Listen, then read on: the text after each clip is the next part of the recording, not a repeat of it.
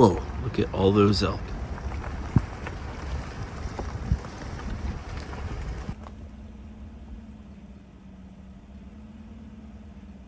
Hey, it's Aaron. Well, changing gears a bit. I'm going to start a new video I'll do along with my other videos about obscure or overlooked albums. And the first one will be Gene Clark, Firebyrd. To start with, that's a terrible album cover. Packaging in general is pretty bad, but I do think this is a great overlooked album. Harold Eugene Clark was born November 17th, 1944 in Tipton, Missouri. He started out with the Byrds. He was a founding member of the Byrds. Went on to do some other projects after a fear of flying kept him out from touring. Went on to form Dillard and Clark. They did a couple albums, and from there he embarked on a solo career. Probably his most ambitious album was No Other, which kind of bankrupted the record label and didn't perform as it should. It's a great album though. Following that, he released Two Sides to Every Story. I do like this album cover. It's cool. He's got the bearded look. I guess that was not popular at the time, but this, along with No Other, I think Gene Clark said were his favorite albums, or his best albums. Then he went on and kind of rejoined with some of the Byrds, McGinn and Hillman, and they kind of did a sort of Byrds reunion of sorts. McGinn, Clark, Hillman. They did 2 albums. The Gene Clark songs were pretty good, but dated production and everything like that just didn't quite knock it out of the park. Before he went on to do his last solo album, Firebyrd. He did make one album afterwards with Carla Olson, another terrible cover. This is a good album too, though. And then before dying in 1991 from abusing drugs and alcohol. Anyways, this album, Firebyrd, came out in 1984. At that time, the Paisley Underground scene was happening, so there was a kind of revival in that early jangly Byrd sound. You had bands coming out inspired by them, like the Bangles or Tom Petty, R.E.M. So you would think this would have been a good time to release this album with the resurgence and the interest of the Byrds. This album doesn't have that jangle vibe though, so it wasn't really in line with what was going on with that. A lot of people cite this album as being poor produced or weirdly produced. I kind of like it in a weird way. It is very different from his other albums. It has that kind of slick 80s production feel, but it's kind of interesting. It's different than other stuff in his catalog. Had it not been produced that way, maybe it would have been better. I don't know, but it was a little bit refreshing to me. But I enjoy the album, even with that being said. The back of the album here, that's a little better. Kind of some different people he worked with on here. He did work with Thomas Jefferson Kay again, who he worked with on his previous solo albums. And also, I may be pronouncing this wrong, but drummer and producer Andy Kendanis, he helped write a couple songs on this album as well. So into the album.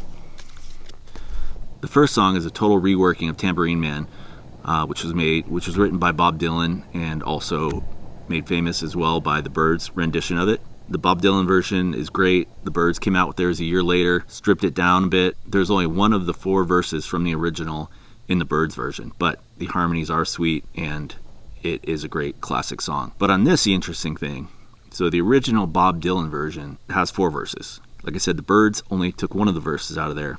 But this is a completely reworking, and Gene Clark's version has 3 of the 4 verses. And in looking it up, I actually think the verse that he removed was probably the best choice of verses. So I really like the way it's structured.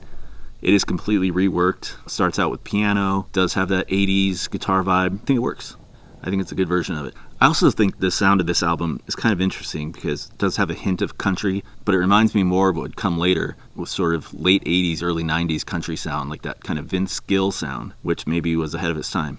All right, the next song on the album is Something About You Baby. That was written by Gene Clark and Andy Kendanis. One of the best songs in the album, really smooth. His vocals are great, the harmonies are great. It just flows really well. It's upbeat, definitely up there for the album. Great song. And then the next song is Rodeo Rider, also co-written. It's a bit goofy. It's a little more country. It's upbeat. I don't hate it. You know, it's fun, I guess. Just a bit goofy. And the next song is written by Gene Clark, Rain Song. This is also a great song. Leaves me wishing it was a bit longer. It does end with some pretty cool guitar stuff you don't normally hear on Gene Clark albums. Great song. I read that other people also maybe don't like the production. I think it's fine. The song holds up. Next song is Vanessa, written by Thomas Jefferson Kay and Alexander Taylor, who was James Taylor's brother. Not my favorite song on the album. It is a little bluesy, just nothing really catches for me. It's probably one of the weaker ones. I could do without it. It's not totally skippable. And next is If You Could Read My Mind, originally written by Gordon Lightfoot. I actually really love this version. You hear the vocals a lot more, and Gene Clark's soul's really in it, almost as if he wrote it himself. Totally works for me. You really feel kind of the pain in his voice, and I think just with the vocals a little bit more up front, it actually works better than the original for me.